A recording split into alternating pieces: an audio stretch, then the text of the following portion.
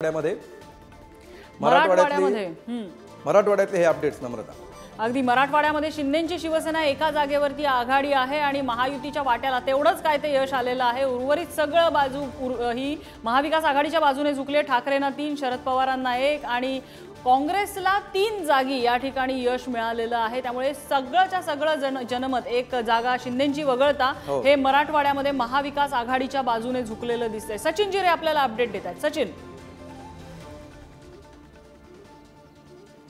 नक्कीच फक्त एक ठिकाणी या ठिकाणी शिवसेनेचे शिंदेची शिवसेना आहे छत्रपती संभाजीनगरमध्ये आघाडीवर आहे। आपण जर पाहिलं तर मराठवाडा हा नेहमीच महायुतीचा गड राहिलेला आहे। मात्र यावेळेस परिस्थिती जरा वेगळी सध्या तरी वेगळी दिसत आहे। कारण की जर आपण पाहिलं तर मराठवाड्यातल्या 8 जिल्ह्यापैकी 8 मतदारसंघापैकी फक्त एका मतदारसंघावरती महायुतीचा उमेदवार हा आघाडीवर आहे, बाकी सर्व ठिकाणी पिछाडीवर आहे। आपण पाहिलं की उद्धव ठाकरे असतील किंवा शरद पवार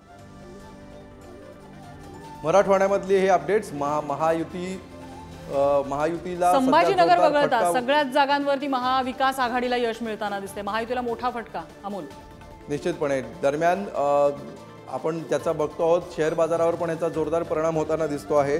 अगदी ऐतिहासिक पडझड सध्या होताना दिसते आहे। 5% 4.5 ते 5% सेन्सेक्स आणि निफ्टी सध्या डाऊन होताना दिसत आहे। माझ्या ॲपवर सध्या जे अपडेट येतात पुन्हा एकदा आपण सचिनकडे जाऊया। सचिन, मराठा आरक्षणाचा फॅक्टरचा कुठेतरी सत्ताधाऱ्यांना इथे फटका बसलेला दिसतो आणि सरळ सरळ दिसते ही आकडेवारी।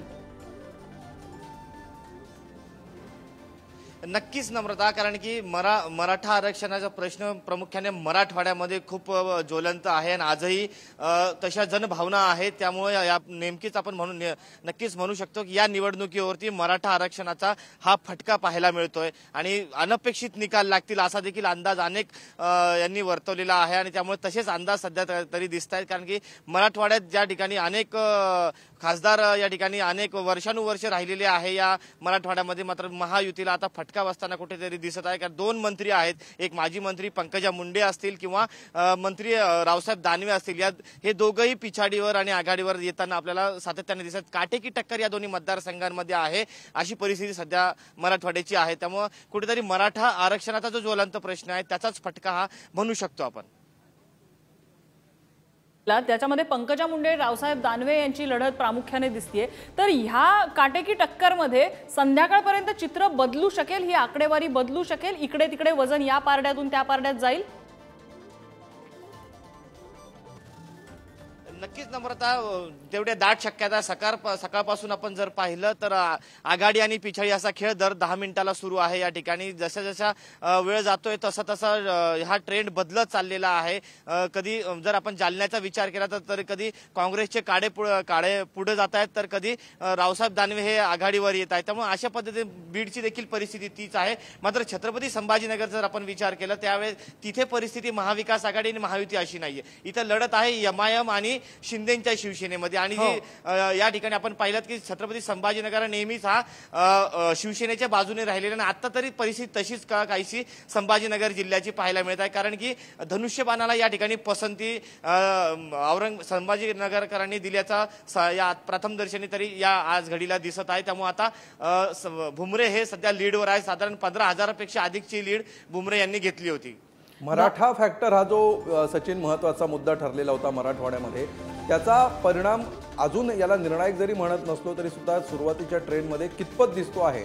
मराठाचा मुद्दा, मराठा आरक्षणाचा मुद्दा आणि त्या दिशेने झालेला प्रचार आणि एकंदरीत वातावरण।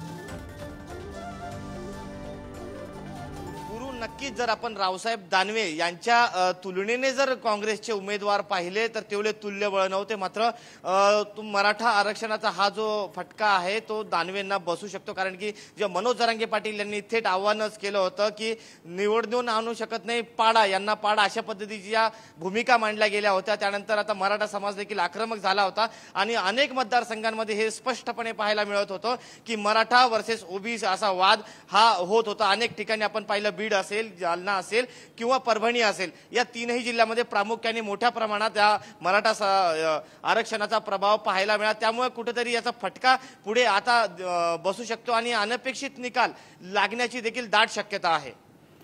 उमेदवार काही ठिकाणी चुकले मराठवाड्यामध्ये महायुतीचे, अशी एक चर्चा सुरू झालेली होती, त्याबद्दल काय? नक्की जर आपण पाहिलं तर मुख्यमंत्री एकनाथ शिंदे यांनी ज्यावेळेस उमेदवार जाहीर केले होते, मात्र त्यांना स्टँडिंग खासदार होते हिंगोलीचे, त्यांना बदलण्याची वेळ आली होती. जाहीर केल्यानंतर देखील बदलण्याची वेळ आली होती. त्यावेळी कुठेतरी नाही का महायुती चुकते की काय असा एक शक्यता वर्तविली जात होती. त्यानंतर छत्रपती संभाजीनगरची जी जागा आहे ती ऐन वेळेवर डिक्लेअर करण्यात आली होती. त्याचबरोबर ज्या इतर जागा आहेत त्यांचा देखील पेच शेवटपर्यंत कायम होता. त्यामुळे कार्यकर्त्यांमध्ये देखील संभ्रम निर्माण झालं होतं आणि कुठेतरी उमेदवार निवडण्यामध्ये चूक केली की काय महायुतीने, असं देखील दबक्या आवाजात